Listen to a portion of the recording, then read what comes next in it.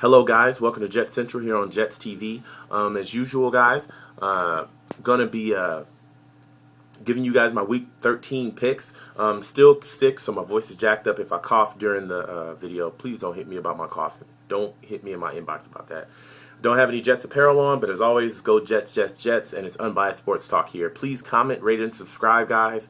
Comment, rate, subscribe, like the videos, please. All right? So let's go ahead and get into my Week 13 picks. First game, I got Philadelphia at the Seattle Seahawks. I'm taking Philadelphia.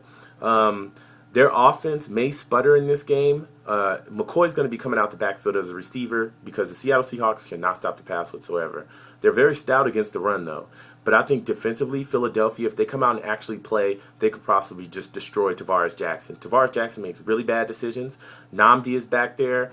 DRC is back there. And Asante Samuels is back there. They should have no problem with picking these balls off that Tavares Jackson is about to throw. And if they don't get him, Trent Cole and Jason Babin rushing off the edge just might. So I'm taking Philadelphia, but if the Seattle Seahawks start running the ball, this could be a long, like running the ball very hard against that light Philadelphia defense, this could be a really long day. But I'm taking Philadelphia. New York Jets at Washington Redskins, I'm taking the New York Jets. But I'm still wondering, who am I going to see? Mark Sanchez. Am I going to see the Mark Sanchez we see in the playoffs of, previous past when, you're coming out, you're focused, you're going 24 out of 30, you're 250 yards, 2 touchdowns? Or am I going to see the Mark Sanchez that I saw last week that came out and was making a lot of dumb plays and throwing a lot of throwing costly interceptions at big times in the game where we're trying to get the momentum back? Can this offense gel and get things done? Can we run the ball? But I definitely think this Washington defense, everything's just falling apart in Washington. Rex Grossman does not look good. Hasn't looked good all season, and I think this is another game that we can grab and continue on our way back to try to scale up to get that second wild card spot in the playoffs. So, taking the Jets. Buffalo Bills against the Tennessee Titans. I'm taking the Buffalo Bills. I've only seen Chris Johnson show up for one game. I think the Buffalo Bills will be able to stop the run, and I also think that Tennessee has no answer for them defensively. If you get caught up in those pick plays that the Buffalo Bills run with Sean Nielsen and their other tight end, Chandler, and also Stevie Johnson. Stevie Johnson had a big game last game, and that was against Darrelle Revis. There's nobody on this Tennessee Titans defense that's even nowhere near the caliber of a Darrelle Revis. So I have to take the Buffalo Bills. Even though Chris Johnson shows up, this could kind of be, it could be a long day if he gets, a $190, but I doubt it. So I'm taking the Buffalo Bills. Chicago Bears versus the Kansas City Chiefs. I'm taking the Chicago Bears. I've seen nothing out the Kansas City Chiefs that impresses me outside of Tamba Hali. There's nobody else on that team that impresses me at all. So I'm taking the Chicago Bears, even though they don't have Jay Cutler. Caleb Haney, realistically, all they're going to have to do is hand the ball off to Matt Forte, all night long, and they'll be able to run the ball on the Kansas City Chiefs. So I'm taking Chicago.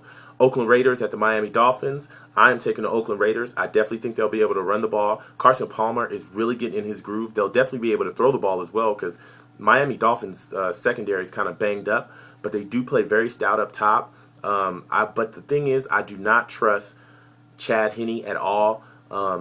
Brandon Marshall is pretty much his only receiving threat. Brandon Marshall and Anthony Fasano. After that, it's a bunch of who are you? Nobody. There's nobody else that plays offense on the Miami Dolphins squad. So if they can lock down on Brandon Marshall, slow him down, this is going to be a really long day for Miami.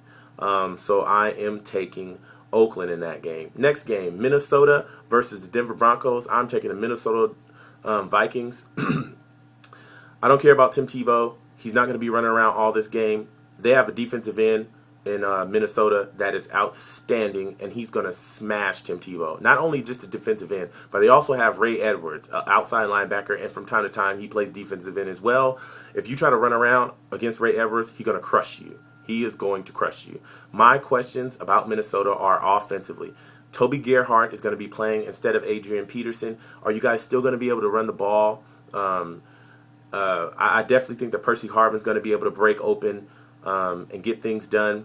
But I think Tim Tebow may cost his team this week because if you're trying to run the ball against that defense, it's going to be a really bad day for you. So taking the Minnesota Vikings. New England Patriots versus the Indianapolis Colts. I am taking the New England Patriots. I really thought the Colts had a really good chance at winning a game last week, but they just couldn't get the job done. And I don't think they're going to get the job done this week either. This could be a really bad game. I know the New England Patriots are trying to take the game in stride, saying, "Hey, we respect them," but come on. The Colts are starting Dan Orlovsky, and come on. I'm not even talking about the Colts anymore. It's a really sad story about what's going on in there, what's going on there in Indy, but I'm taking the Patriots. Pittsburgh at the Cincinnati Bengals. I am taking the Pittsburgh Steelers. Cincinnati Bengals are playing very well. Andy Dalton's playing very well, and so is A.J. Green. But I think at the end of the day, once Pittsburgh comes in and really puts the defensive clamps on them, I don't think they're going to be able to do too much offensively. I think this is going to be a very close game because I think Big Ben and that offense is also just struggling to score points. But I think at the end of the day, Pittsburgh gets out there, gets a decent last-second drive, kicks a field goal, boom, game over. Pittsburgh wins by 3 or 2 or whatever. So that's how I think it's going to go. So I'm taking Pittsburgh in that game. Panthers at Buccaneers. I'm taking the Tampa Bay Buccaneers. Aqib Talib and that defense that the Bucs play. If Cam Newton comes out there, he throws a lot of touchdowns, but he also throws a lot of interceptions as well. He comes out there and throws some costly interceptions. This could be a very long day for Carolina. I don't think they'll be able to stop LeGarrette Blount. Carolina's defense is bad. Let's just be honest here. They're bad. So I have to take Tampa Bay. Atlanta at the Texans. I'm taking the Atlanta Falcons over the Texans simply because there's no Matt Schaub, there's no Matt Leinart, and you're going to tell me you're going to start Jake Delhomme? No. I cannot believe in Jake Delhomme. And that Yates guy, the other backup quarterback they had, he is pure trash.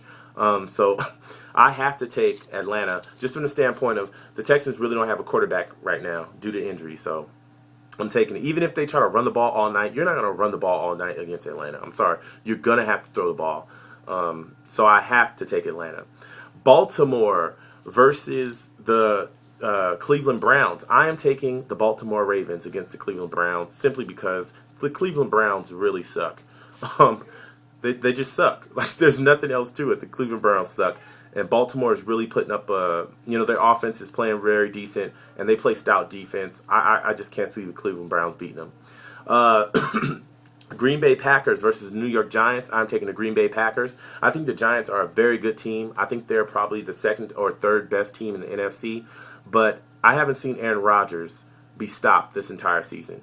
And you're going to tell me you're going to come in with a depleted defense like the New York Giants have, and you're just going to slow Aaron Rodgers down? I think they'll be able to you think you're going to be able to stop Aaron Rodgers? No. I think they'll be able to slow him down a little bit, if that. But at the end of the day, slowing Aaron Rodgers down still means that he's going to throw 4 touchdowns. So what's going on here? I don't think that the Giants' offense is going to be able to do too much in this game either. Eli has looked decent, but he also throws costly interceptions from time to time. Ahmad Bradshaw had a big fumble last week, and he's got a fumbling problem. And Brandon Jacobs really only is useful kind of if it's a short yardage kind of thing. I mean, he'll be able to maybe break, a couple, maybe 5, 6, 7 yarders, but I cannot see the New York Giants keeping up with Green Bay as far as points go. So I'm taking Green Bay. Dallas Cowboys at the Arizona Cardinals. I'm taking the Dallas Cowboys. The Arizona Cardinals just stink. So that's it. I'm taking the Dallas Cowboys. San Francisco at St. Louis Rams. I'm taking San Francisco. San Francisco is playing outstanding as well. Stout defense. They run the ball hard. St. Louis is just really looking real bad this year. They regressed. They've taken a step back in the NFC West. And I don't know what's going on there, but somebody may need to get fired. New Orleans at the Detroit Lions. I am taking New Orleans. Drew Brees is playing outstanding. They put up 40-plus points against the Giants last week. The Lions are without Neon Dessou, so they may actually be able to run the ball as well. The Lions secondary is really bad. And Matt Stafford is also playing kind of questionable, and the Lions don't run the ball whatsoever. They don't run the ball well either way, but they don't run the ball at all. So I'm taking New Orleans. San Diego Chargers versus the Jacksonville Jaguars. I am taking the San Diego Chargers, even though they've looked so terrible this year. But the fact is, the Jaguars are even worse. They're garbage. San Diego is garbage, but they're just trying to fight for their little playoff lives. But my thing about San Diego is they always start late. So I'm counting on the fact that Phillip Rivers is just going to start the season late again this year like they always do. But he's definitely got to step up, because one of the main reasons why San Diego is losing the way they're losing is because he's throwing such costly interceptions.